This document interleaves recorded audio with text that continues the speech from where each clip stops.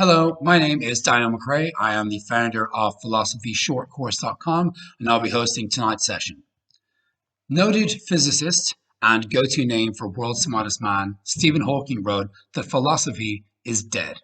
Another physicist, Neil deGrasse Tyson, said that philosophy is not a productive contributor to our understanding, and that intelligent people would really be better deployed elsewhere.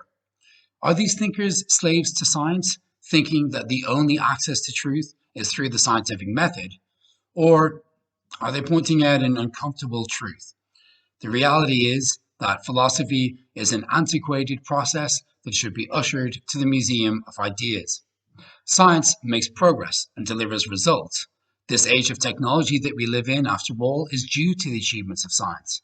Can we really say the same about philosophy? David Hume famously wrote that you cannot derive an ought from an is. What he meant by that is that science can tell you what is the case, but only philosophers can tell you, in a moral sense, what ought to be the case.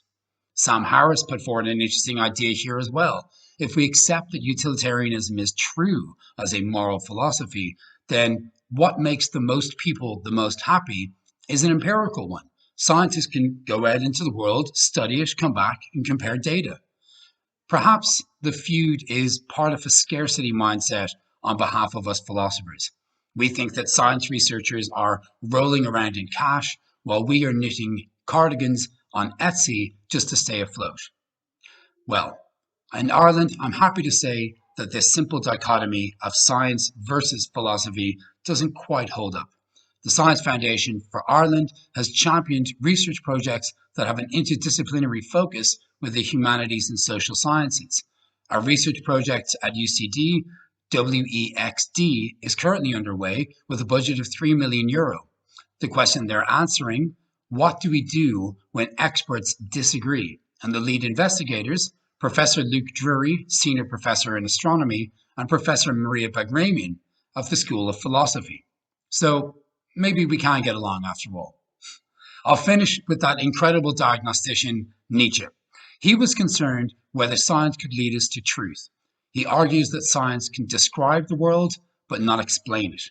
Science can really describe the world in phenomenal detail, but it leaves us clueless as to the meaning behind it all. For a long time, religion attempted to answer the question of meaning, but with increasing advancements in science, some of those religious claims were debunked and made to seem at times ridiculous.